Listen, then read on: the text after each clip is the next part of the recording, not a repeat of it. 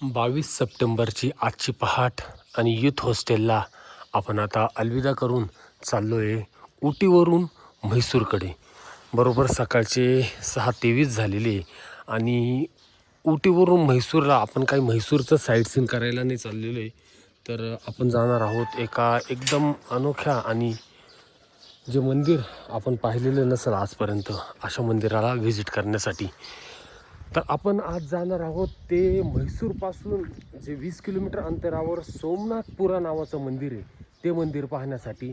आणि ते मंदिर पाहून आपण होयसाले राजवंशाचे जे मंदिर आहे ते मंदिरं संपूर्ण कर्नाटकमधले पाहण्याचे आपण प्रयत्न करणार आहे. तर आपण आज उटीवरून जाऊन म्हैसूरवरून सोमनाथपूरचं मंदिर या व्हिडिओत मी तुम्हाला दाखवण्याचा प्रयत्न करतो. त्यासाठी उटी बसस्टँडवरून आपल्याला सगळ्यात आधी जायचं आहे म्हैसूरला आणि मग तिथून आपला पुढचा प्रवास सुरू होईल. हा संपूर्ण व्हिडिओ पहा. सोमनाथपूर मंदिराविषयीची डिटेल माहिती मी तुम्हाला या व्हिडिओमध्ये देतो. पहाटेचं उटीचं दृश्य देखील आपण पाहतोय. फार छान असं दृश्य आहे. आणि तसंच या व्हिडिओमध्ये आपण उटी बसस्टँडवरून म्हैसूरला कशा रीतीने जाऊ शकतो, काय तिकीट पडतं, किती तासाचा प्रवास राहतो, ही पण माहिती मिळेल. यूथ हॉस्टेलपासून हा जो पॉईंट दिसतोय आपल्याला हा आहे चेरी क्रॉस. आणि इथून आपल्याला आता 2 किलोमीटर अंतरावर असणार उटी बसस्टँडची बस घेऊन जायचं आहे बसस्टँडवर. बरोबर 7 वाजता उटी बसस्टँडवर पोहोचलेलो आहे आपण. आणि उटी बसस्टँडवरूनच आपल्याला उतरल्या लगेच म्हैसूरची बस आपल्याला दिसलेली आहे. हे बघा, उटी म्हैसूर मादेकेरी अशी ही बस आहे. कर्नाटक गव्हर्नमेंटकडून ऑपरेट होणारी ही बस आहे. तामिळनाडूची बस 8 वाजता येणार आहे, परंतु ही बस आता 7 वाजता इथून निघेल. हे बघा, KSRTC. आणि तुम्हाला जर ॲडव्हान्स बुकिंग करायचं असेल तर मी कालच्या व्हिडिओत दाखवलेले आहे का कशा रीतीने तुम्ही ॲडव्हान्स बुकिंग करू शकतात ह्या बसचं. आता ह्या बसचं तिकीट मी विचारलं तर 186 रुपये तिकीट मला पडलेले आहे. तामिळनाडू गव्हर्नमेंटच्या ज्या बसेस असतात, हे बघा, उटीवरून म्हैसूरची हे बघा 8, 11, 3:30, 4:30 असे हे वेगळे हे लिहिलेले इथं. हे तुम्ही पाहून घ्या. आणि हे कर्नाटक गव्हर्नमेंटचे, हे कर्नाटक गव्हर्नमेंटची आता ही हे 7 को डिपार्चर होगा क्या? ओके 6:20ची बस गेलेली आहे. आता 7 वाजता ही बस निघेल. काल जेव्हा मी इथं बुकिंग करायला आलो होतो तेव्हा मला याची तिकीट प्राईस त्यांनी जी सांगितली होती ती 230 सांगितली होती. परंतु आपण जर बसमध्ये येऊन जर बुक केलं नाही तर 186 रुपये तिकीट आपल्याला पडतं. तर सुरू होईल आपला प्रवास. ओके,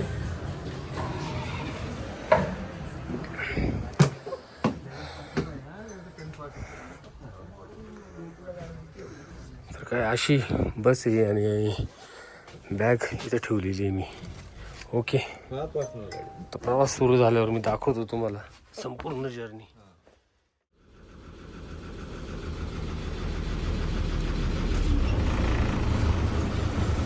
7:02 आपली बस आता उटीच्या बसस्टँडवरून म्हैसूरकडं निघालेली आहे.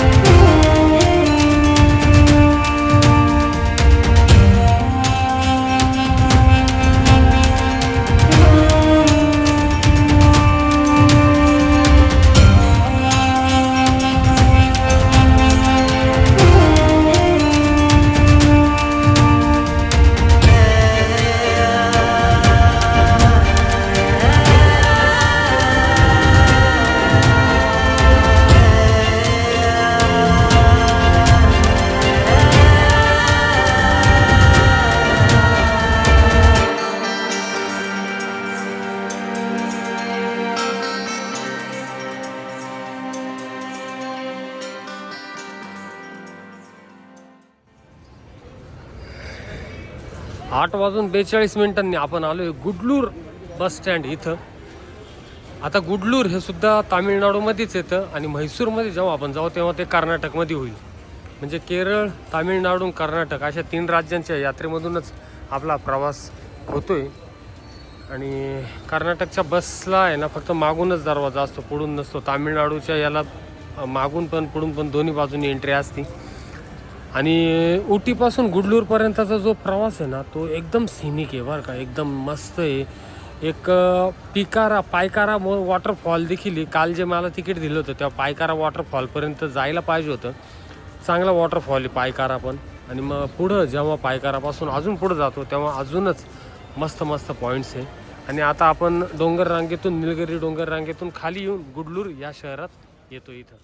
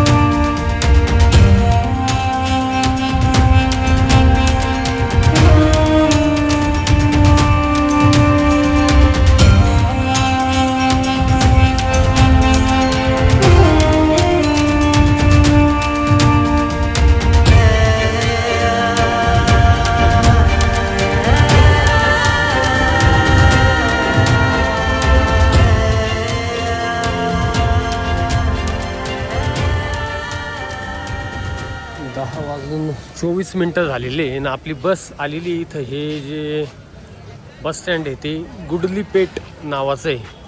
आणि काय रोड होता यार, सिनिक तुम्हाला सांगतो मित्रांनो. जर इधर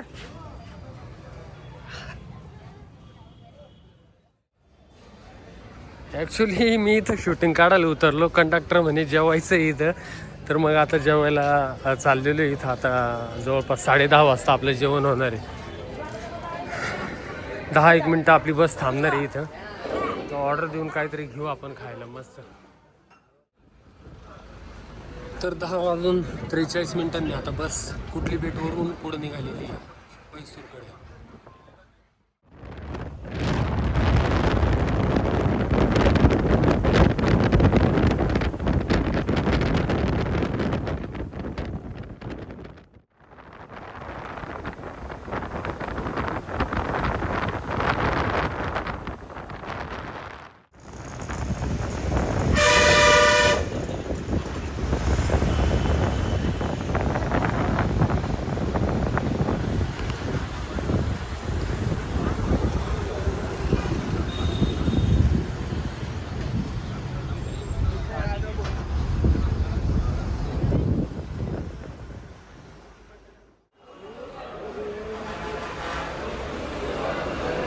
बरोबर 12 वाजता आपण पोहोचलेलो आहे म्हैसूरच्या बस स्टँडवर. बरंच मोठं बस स्टँड आहे.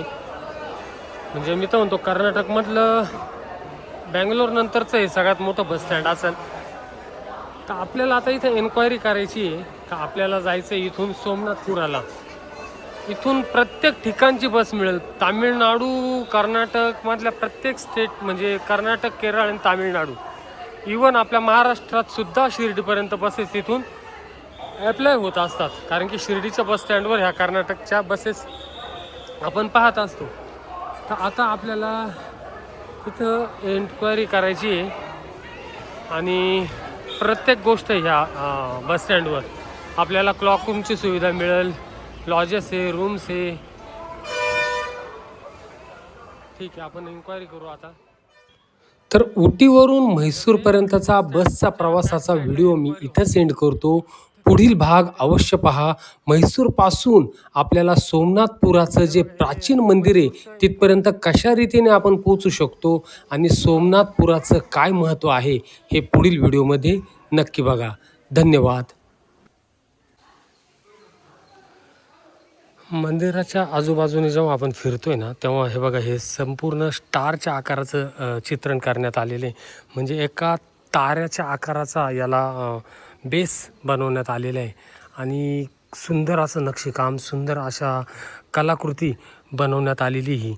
आता हे बघा, असे जे कोपऱ्यातमध्ये जेव्हा आपण पाहतो ना, तेव्हा खाली पाहतो मी, जेव्हा हे हत्ती इथे येऊन मिळतात, तेव्हा इथला हत्ती आणि इथला हत्ती एक होऊन त्याचं एकच मुख इथं बनवण्यात आलेले आहे.